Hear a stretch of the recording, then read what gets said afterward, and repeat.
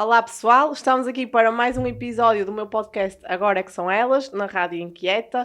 Hoje vamos agradecer ao nosso patrocinador, Sinfonia das Cores. Já sabe, na hora de pintar a sua casa, opte sempre pelas melhores tintas. No caso do nosso patrocinador, Sinfonia das Cores, que tem no Largo dos Polés, em Vizela, e também abriram agora, muito recentemente, uma loja em Braga, por isso não deixem de os visitar e pintar a vossa casa com alegria. Hoje, a nossa convidada é a querida Sofia Brígida, que vai se apresentar de seguida. Olá, Sofia. Olá, Sofia. Então, como já disseste, o meu nome é Sofia Brígida, eu sou intérprete de língua gestual desde 2017, que terminei a licenciatura, e além de intérprete de língua gestual, sou também catequista, canto num coro, portanto, faço várias coisas. Como é que tu acabas o 12º e decides logo este caminho, ou já era algo que tu nunca tinhas pensado sequer? Nunca tinha pensado.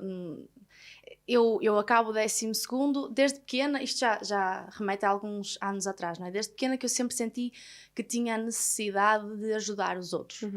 Eu cresci sempre com aquela sensação de que precisava de ajudar as outras pessoas, mas principalmente não era qualquer pessoas, por assim dizer, era uma população que fosse mais marginalizada, pessoas com deficiência, algo assim. E quando nós somos crianças, não é? Dizem-nos que para ajudarmos os outros nós temos que ser médicos. Exato, é um bocadinho isso. E agora então, já nem tanto, felizmente, não é? Sim, e então eu tinha essa ideia de, ok, vou para a medicina. Sempre foi essa a minha ideia. Durante a primária eu aprendo os ossos do corpo humano e então o meu fascínio foi ossos. Cheguei a casa e disse à minha mãe, qual é a profissão de médico que trabalha com ossos? E a minha mãe disse, olha, são ortopedistas, mas tens que estudar muito, que é muito difícil. E eu, ok, então vamos lá, é isso que eu quero. Entro no 10º ano no curso de Ciências, não é? Para me dar a possibilidade, por causa dos exames nacionais, para entrar na faculdade. Só que no 10º ano não corre muito bem, a minha adaptação, a minha média não é suficiente. E então a minha mãe disse-me, olha, tens duas hipóteses. Ou repetes o 10º ano para subires a tua média. A média não era assim tão má, era 16. Para um 10º ano não é assim tão mau, ainda para mais em ciências. Mas não dava. Para entrar em medicina no Porto, é impossível. Então a minha mãe disse, olha, ou mudas para outro curso, ou repetes o 10º. Eu disse, não vou repetir o 10º, porque a minha cabeça não dá para mais. O secundário foi muito tenso para mim. Foi muita pressão que eu coloquei sobre mim própria. E então eu decidi, ok, vou para outra área, terapia ocupacional. Lá está, para ajudar as outras pessoas com deficiências, pessoas que tiveram acidentes ou que já nasceram com essas deficiências para se tornarem autónomos. Na altura, quando foi para fazer os exames, o exame de biologia, eu precisava de 9,5, porque eu tinha mais que média para entrar, eu precisava de 9,5 e tive 9. E na altura disseram-me que, esquece, segunda fase, não vais conseguir entrar, há poucas vagas ou nenhumas, por isso esquece. Então eu comecei, como eu foquei todo o meu estudo e a minha atenção em biologia, eu não tinha muitos outros exames válidos. Pronto. Então tinha português. Tinha português e filosofia, porque eu fugia à física-química, não é? Pronto. Compreensível. E então eu fui ver cursos que eu pudesse entrar com português. E é nas áreas das línguas, lógico.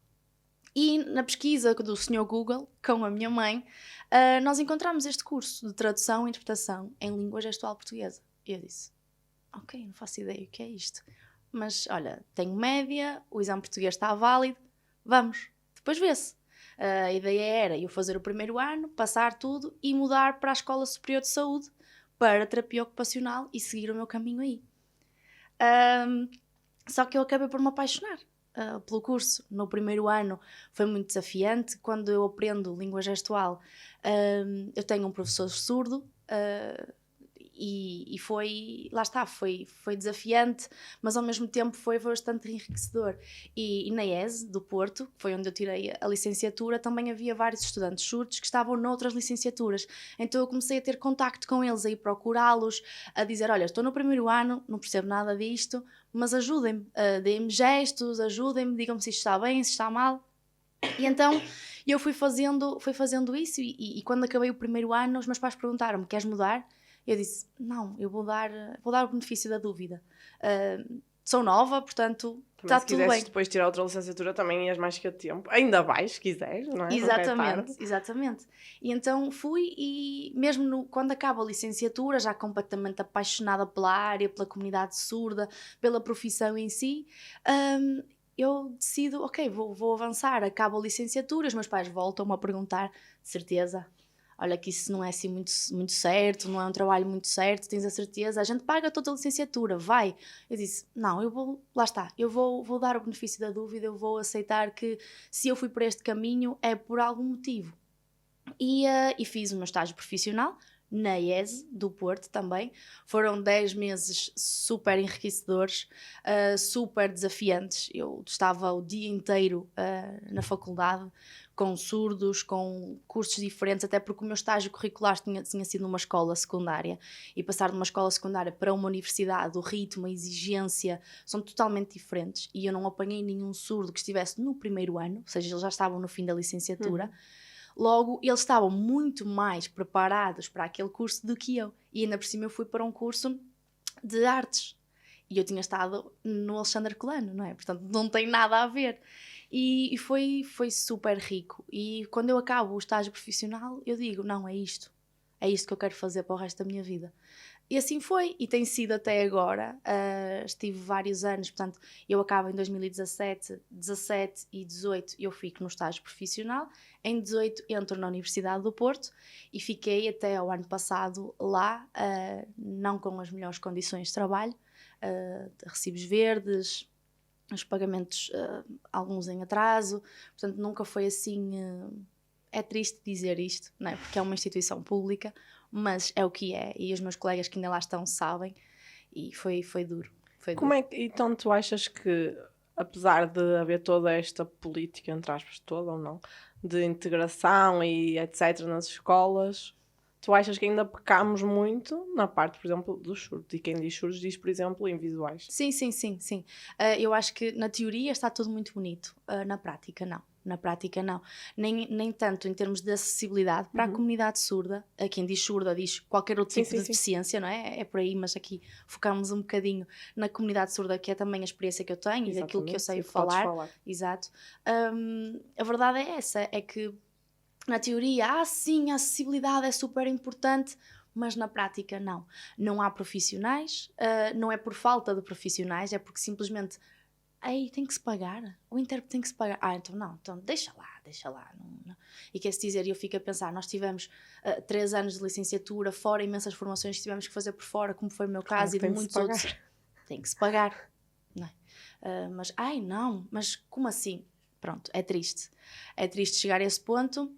Eu acho que também devia haver mais união entre a comunidade surda e os profissionais, intérpretes de língua gestual, que muitas das vezes não existe. A culpa é relativa, a culpa é de ambas as partes, e eu acho que nós devíamos nos juntar mais ainda para lutar por melhores condições para nós, profissionais de intérpretes de língua gestual, mas também para a comunidade surda, porque uma sem outra é difícil. Não vai funcionar, claro. Sim. Então, achas mesmo que nas escolas e tudo deveria haver? Não, nas escolas há. Nas escolas públicas tudo? Não há em todas as escolas. Exatamente, era aí que eu queria chegar, sim. Sim, nós temos escolas de referência para o ensino bilíngue dos alunos surdos, ou seja, EREBAs, assim resumido. A sigla são as EREBAs. E neste caso, aqui, por exemplo, no Porto, no distrito do Porto, só existem 3. Ok, 3. Interessante. Que é Alexandre Colano, secundárias é o Alexandre Colano e a Soares dos Reis, secundárias. Depois temos a Escola Básica de Paranhos, Eugênio de Andrade, que é a básica, que faz 5º ao 9º, e depois temos a primária mais acima, que é a Augusto Lessa, que é tudo no mesmo sítio. Tens Paranhos aqui, que é o Eugênio de Andrade, e depois tens a Augusto Lessa, que é a primária. E a nível de progressão de carreira, Sofia, tu quando entras neste curso dizes que vais por acaso, porque achaste que pronto, vamos lá dar o benefício da dúvida.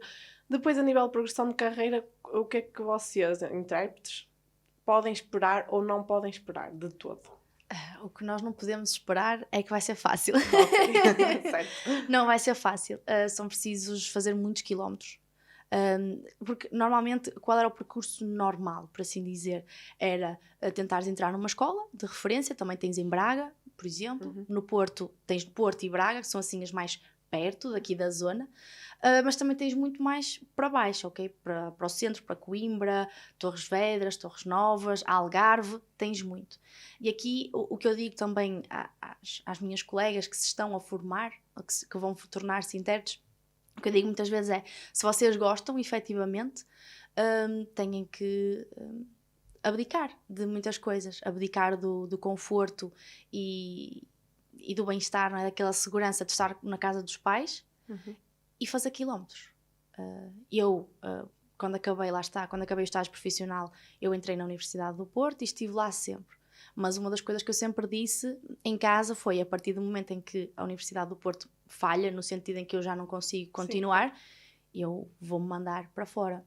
Olha, e em relação a fazer quilómetros, eu lembrei-me, a experiência, porque eu nem fazia ideia que era possível haver intérpretes em concertos, não sabia. Acho que é normal as pessoas não saberem, até o dia em que vi que os Coldplay iriam fazer isso e tu foste a escolhida para ir fazer esses concertos. Queres falar um bocadinho dessa experiência? Sim, não, como é que te sentiste? Uau. Qual é o desafio? Fala-nos um bocadinho disso. Nos Coldplay foi, não vou dizer que é o topo da minha carreira, não é? Mas é um dos para mim top foi 3. uma surpresa porque eu não sabia, não fazia ideia que era possível fazer isso em concertos e achei uma ideia genial, não é? Porque é o que tu dizes, às vezes as minorias são um bocadinho postas de lado, não é por mal, mas também é a falta de informação que nós temos, não é? Que nós, pessoas normais, entre aspas, não temos acesso, então eu fiquei super feliz por saber que isso era possível e que realmente as pessoas estavam a começar a ser incluídas, porque até há bem pouco tempo, eu pelo menos nunca tinha ouvido falar disso. Sim, essas iniciativas, porque em alguns contextos já vai havendo uma coisa fixa, principalmente na área da educação, porque já é uma coisa que já vem de trás de há muitos anos. Na área dos espetáculos, no mundo artístico, tem sido uma coisa relativamente recente. Pois. Sim, antes dos Coldplay já foram outros concertos. Do Michael Bublé, por também exemplo. E também não sabia, por acaso, sim, na altura também lembro-me de ter comentado isso com a minha irmã, já estava aqui a puxar a cassete atrás, também já foi há um ano, Sim. que foi agora nesta altura em janeiro, acho eu, e por acaso comentei com a minha irmã que ele ia ter essa acessibilidade Sim. e achei estrondoso, depois que os Coldplay, não é? Tem outra dimensão, outro tipo de público. É diferente, sim. Tiveste no Rock in Rio, para aí há 2 anos, acho eu, no Rock in Rio, que foi assim o boom maior, e vai havendo, mas não com a frequência que se calhar devia haver, não é? Mesmo depois dos Coldplay já houve essas iniciativas no Fernando Daniel, por exemplo, Carolina Deslandes, já foi havendo. Mas em relação aos Coldplay, que foi a minha experiência, não é? Foi uma emoção. Como é que chegaste lá? Eu antes de chegar lá, quando eu sei que fico com o serviço, eu mais um colega que por acaso é daqui de Guimarães, eu e o Diogo, nós quando soubemos que ficámos com o serviço ficámos histéricos, ok? Nós fomos através da Associação de Intérpretes de Língua Gestual Portuguesa, a ATI-LGP, que fez o protocolo com a empresa que estava a dinamizar o concerto, porque lá está, os Coldplay pediram isso, porque também tinham coletes. Os coletes são os subpacks. São coletes que emitem vibrações, porque estão, acho que a nível Bluetooth, infravermelhos, não sei muito bem, que estão ligados aos instrumentos da banda e à voz. Neste caso do Chris, não é? À voz deles. E portanto eles sentiam tudo o que estava a acontecer no palco.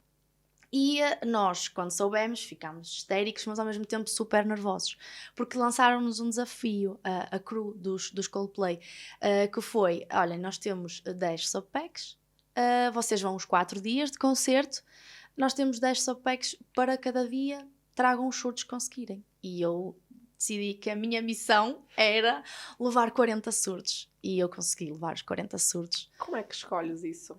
Eu não escolhi, eu entrei em contacto porque, como várias destas iniciativas foram sempre em Lisboa ou nessa zona mais central, e estavam-se quase sempre a ir os mesmos surdos, eu achei que se calhar para os Coldplay, como eram 4 dias e eram 10 em cada dia, que podiam ir muito mais gente que nunca tinha tido essa experiência e que era extremamente importante. E de idades totalmente diferentes. Eu inicialmente comecei pelos surdos que eu conhecia, daqui do Porto, não é? Entrei em contacto com eles, todos histéricos. Sim, quero, como assim? O que é que está a acontecer? E eu tenho que pagar alguma coisa? E disse, não, só tens que pagar a tua deslocação. Mais nada, só tens que ir para lá. E fui falando com eles, e eles foram falando com alguns dos amigos, e foi assim, foi puxando, e de repente disseram-me, estão 40. Eu digo-te que numa tarde e manhã do dia a seguir eu enchi e muita gente ficou de fora. Depois, claro, foram muitas horas. Não dá para todos, não é? Não Infelizmente, dá. quem nos dera que desse. Sim, eu adorava, não é? Mas até porque esses coletes são muito caros, não é? São caros e estavam a ser oferecidos, neste Pela caso, banda. pela banda para aquele momento. E são muito caros mesmo. Nem toda a gente, nem todos os artistas, não é? Conseguem comprar tantos, ou às vezes se calhar só um. É difícil porque é uma tecnologia muito cara. E sim.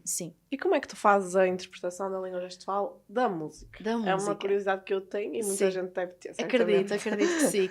Olha, é dos contextos que eu mais gosto de trabalhar, é com música, porque lá está, como eu disse no início, não é? Eu também canto e cresci com música, então foi ouro sobre azul.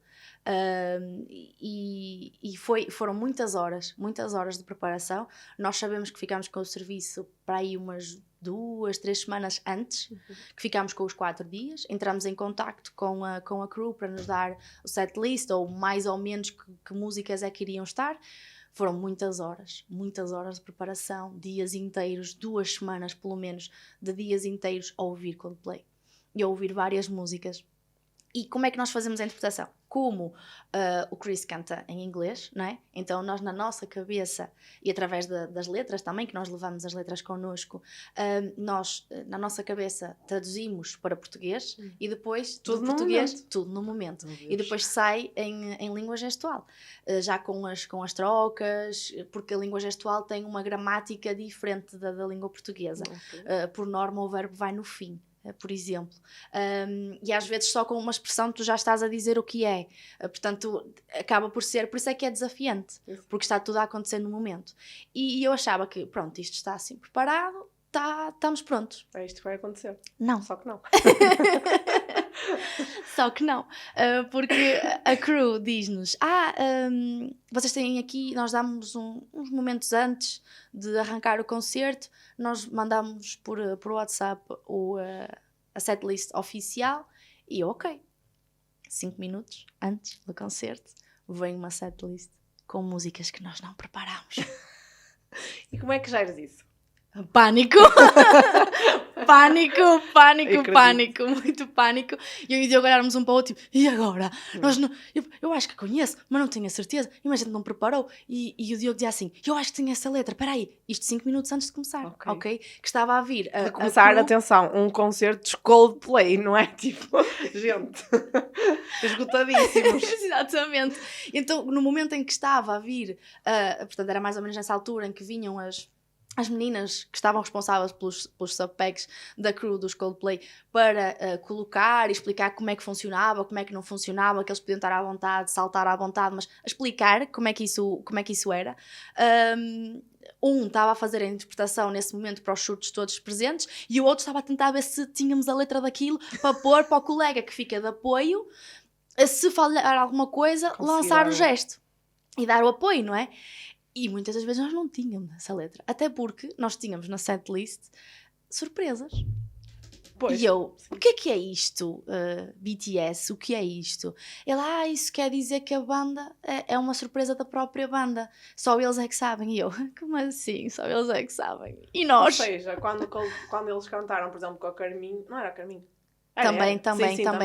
Aliás, na minha noite Isso foi nós a Bárbara sabíamos. Bandeira. Isso nós sabíamos. Sabias? Isso Okay. sabia. Mas não sabia, por exemplo, quando ele mudava de palco, quando ele mudava para outro palco, né, que ficava, nós estávamos em baixo, no relevado, do outro lado. e ele ficava do outro lado do palco principal, havia ali um palcozinho secundário, nós nunca sabíamos que música é que ele ia cantar. Okay. Aí, por exemplo, um exemplo. Por acaso, acho que no dia que eu fui, acho que foi a Sparks. É capaz. Sim, foi um momento muito bonito. Quando também havia momentos em que ele chamava alguém do público, a música que ele tocava aí, nós não sabíamos. Também não sabias. Por Ok, exemplo, isto é bonito, quero as pessoas saber que efetivamente não é tudo feito. Ou melhor, para eles é, porque eles têm de saber como fazer, mas realmente ninguém sabe daquelas surpresas, porque se nem o intérprete de língua gestual sabe, nada. Que é uma pessoa que tem de transmitir o que está a acontecer aos surdos, imaginem as outras pessoas e efetivamente é que não sabem mesmo. Sim, e é engraçado porque nos 4 dias que nós fomos, os 4 dias foram diferentes. Pois, sim. E isso é uma coisa que eu admirei imenso na banda. Já foi conhecia, sempre arroz, não não é? Como se É costuma isso. dizer. Claro que aquelas músicas mais conhecidas, Sim, Viva la Vida. Essas vão tocar. Mas mesmo assim não tocaram todos os dias. Houve músicas que não foram. Houve músicas que Tocavam não. num dia e tocavam no outro, exato. E mesmo assim, ou seja, até aí conseguiram ser diferentes. Sim, sim, sim. E tu achas que qual é a maior entrave aqui da comunidade surda para poder ir assistir a concertos, ou cinema e etc? Acessibilidade. Por Em exemplo, o termos de cinema tem legendas, não é? É isso. Cinema há legendas, não há problema, e eles vão muito e adoram, até porque há muitas salas que estão preparadas com som e aquele...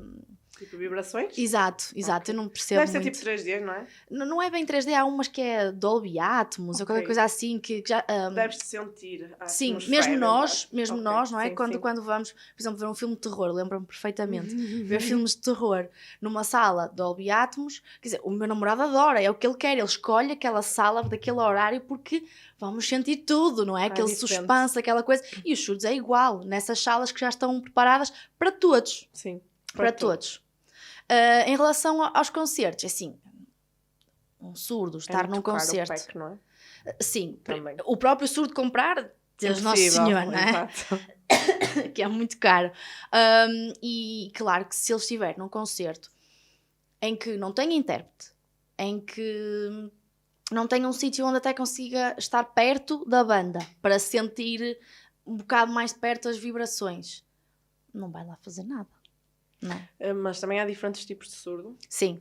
Há uns que conseguem ouvir alguma coisa, nem por isso. Sim, é assim, tal como nós, ouvintes, né, somos todos diferentes, Exato. Os surdos também são todos diferentes. Pois, isso é mais um desafio. Certo. Para a nossa área porque nós temos surdos que têm alguns resíduos auditivos, surdos que usam aparelhos auditivos, outros que usam implantes cocleares, que lhes dá diferentes níveis de audição. E muitos deles... Mas já trabalhei... surdos que não ouvem de todo. Sim, que são surdos profundos e querem se manter assim. E está tudo certo. Sim. Eu só estou a perguntar porque às vezes temos uma ideia errada e é para esclarecer. Tipo, eu não tenho noção, às vezes, tipo, se a pessoa realmente ouve só um bocadinho, não ouve nada, e acho que é normal, não é? Porque, sim. Por sim, acaso, é perfeitamente normal. Tive uma colega de casa na faculdade que ela era surda e por acaso foi mesmo engraçado porque eu cheguei a casa, a primeira vez que a vi, né, disse olá, eu morava numa residência de estudantes, e ela não me respondeu. E eu fiquei tipo... mal educada. Não, eu fiquei tipo, será que eu disse alguma coisa assim? Né? Eu disse, olá, sou a Sofia. E ela estava lá na banca, tipo, a fazer a vida dela, e eu retirei-me. Tipo, ok, ela se calhar está num mau dia, porque eu sou muito assim. Eu sou muito esta pessoa, tipo, dou sempre o benefício da dúvida. Ok, ela hoje se calhar está num mau dia. Se for todos os dias, obviamente não vai estar todos os dias num mau dia. Mas pensei, pronto, ela se calhar é adaptação, não sei o quê. E só depois, quando ela veio, é que eu vi a surpresa dela em ver-me, porque ela nem sequer sentiu que eu cheguei. E ela fez tipo, ai, olá, tipo, assim, não é? E eu percebi, não é? Ok, ela disse-me que era surda, também estava a estar na ES na altura, e foi muito engraçado e ao mesmo tempo de género, meu Deus, nós nem temos a noção que efetivamente nós não somos todos iguais, porque no dia-a-dia não está, tu já convives muito com essas pessoas, não é? Mas nós, seja cego, visual, cadeira de rodas, nós às vezes não temos não é a mente aberta, como não convivemos, nem nos lembramos, não é? Isso não faz de nós mais pessoas ou assim, não é? Mas é realmente engraçado, porque depois, por exemplo, já te conheço há muito tempo, não é? Mas quando comecei a ver que estavas a fazer este trabalho e achei super, super interessante, porque eu nem sabia que esse curso existia.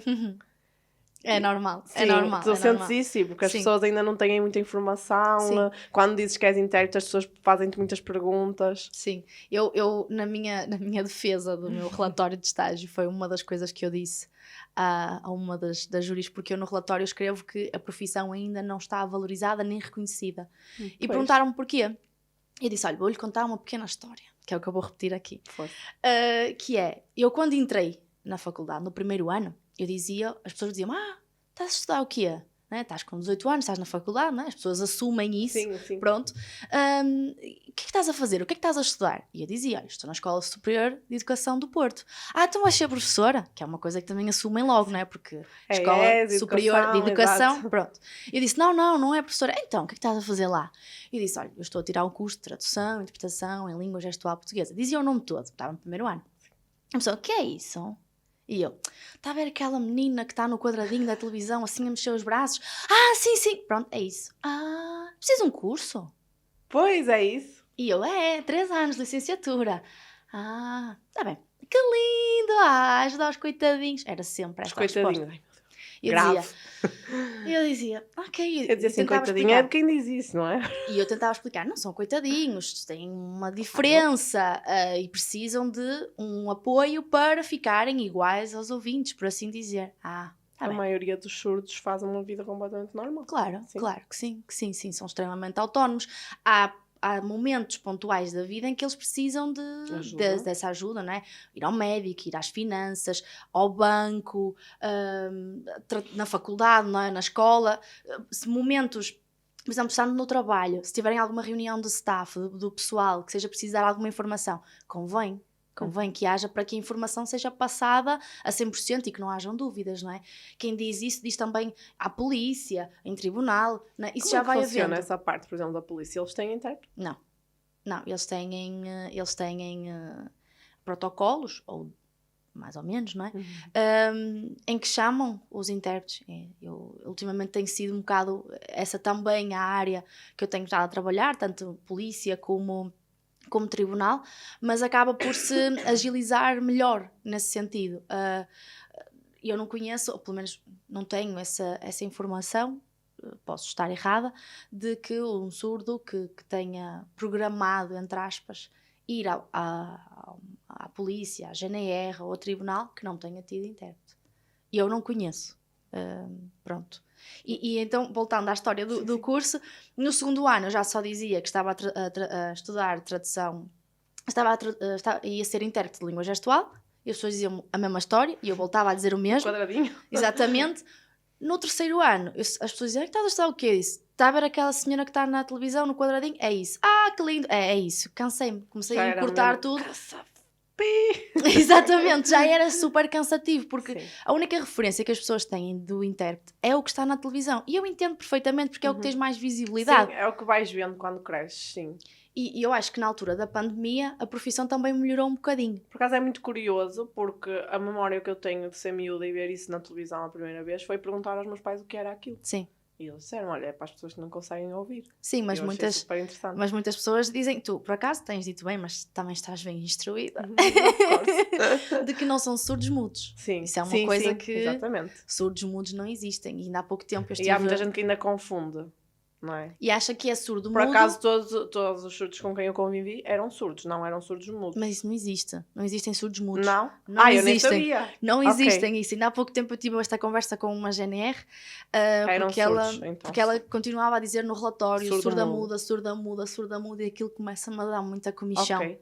Então um surdo nunca pode ser totalmente mudo ou vice-versa? Não existe. Esta expressão não existe sequer. Okay. Essa expressão surda muda, isso não existe. Existe quando nós queremos dizer que uma pessoa nem fala nem nada, não é? No contexto não, tu só dizes surda. Ou sim, surdo. mas o que eu estou a dizer é, por exemplo, aquelas expressões que as pessoas têm umas com as outras na linguagem de rua e assim, sim. que tu tens que... Às vezes as pessoas dizem, que ele é surdo-mudo, mas é o único sítio que efetivamente se pode usar essa expressão. Sim, sem dúvida. Quer dizer, não, ele não fala, não diz nada, está ali calado, não reage. Sim. Nesse contexto. Sim. Porque uma pessoa é muda quando as suas cordas vocais ou não existem, ou simplesmente não funcionam bem. Todos os surdos têm cordas vocais. Por isso é que nós os ouvimos a gritar, nós os ouvimos a chorar, nós ouvimos sons que saem deles. E também há surdos que falam. Exatamente, e há surdos que são mais oralizados porque tiveram uma terapia da fala, por exemplo, desde pequeninos, e que conseguem articular melhor as palavras, mas alguns não articulam tão bem como outros, que é perfeitamente normal. Depende do nível também, de se calhar, de surdez, não é? Exatamente, e da terapia da fala. Que tiveste. Exatamente. Agora, dizer que um surdo é mudo, isso é errado, porque se ele fosse mudo, então ele nunca te gritava pelo teu nome. Não é? Ou tentava dizer o teu nome, não é? Gritar, nunca conseguiria, porque uma pessoa que é muda, as suas cordas vocais não funcionam. Isso. E não é o caso. Portanto, tirar já essa ideia de que os surdos não são mudos. É mais provável uma pessoa ser muda e ouvir do que o contrário. Uma pessoa ser muda e ouvir. E ouvir. Ok. Eu acho que as novas gerações, elas fazem um esforço para se integrar na comunidade ouvinte. E também sei que algumas pessoas, não é, ouvintes, também fazem esse esforço. E eu acho que se calhar os mais velhos têm mais aquela personalidade de eu é que sou o surdo, vocês é que têm que se esforçar para estar comigo e isso não é o caminho. Sim. Tem que haver empatia. De ambas as Parte partes. a parte. Sofia, adorei esta conversa. Acho que temos mesmo de passar a mensagem às outras pessoas porque não há efetivamente muita informação sobre este assunto e obrigada por ter estado aqui a explicar um bocadinho sobre isto e sobre os entraves que também tens nesta profissão, não só para os surdos, mas também para os intérpretes, não é? Quero saber se tens uma mensagem assim no geral para deixar a toda a gente, mas também para os surdos e também para as pessoas que gostavam de seguir esta área, mas às vezes se calhar acham que falta ali alguma coisinha. Sim. Obrigada pelo convite também, foi uma experiência diferente e gostei. Em relação à mensagem, eu acho que aqui o principal é empatia uns pelos outros. Eu acho que é empatia, tentar entender o que é que se passa do outro lado e o que é que eu posso fazer para que aquela pessoa se sinta melhor.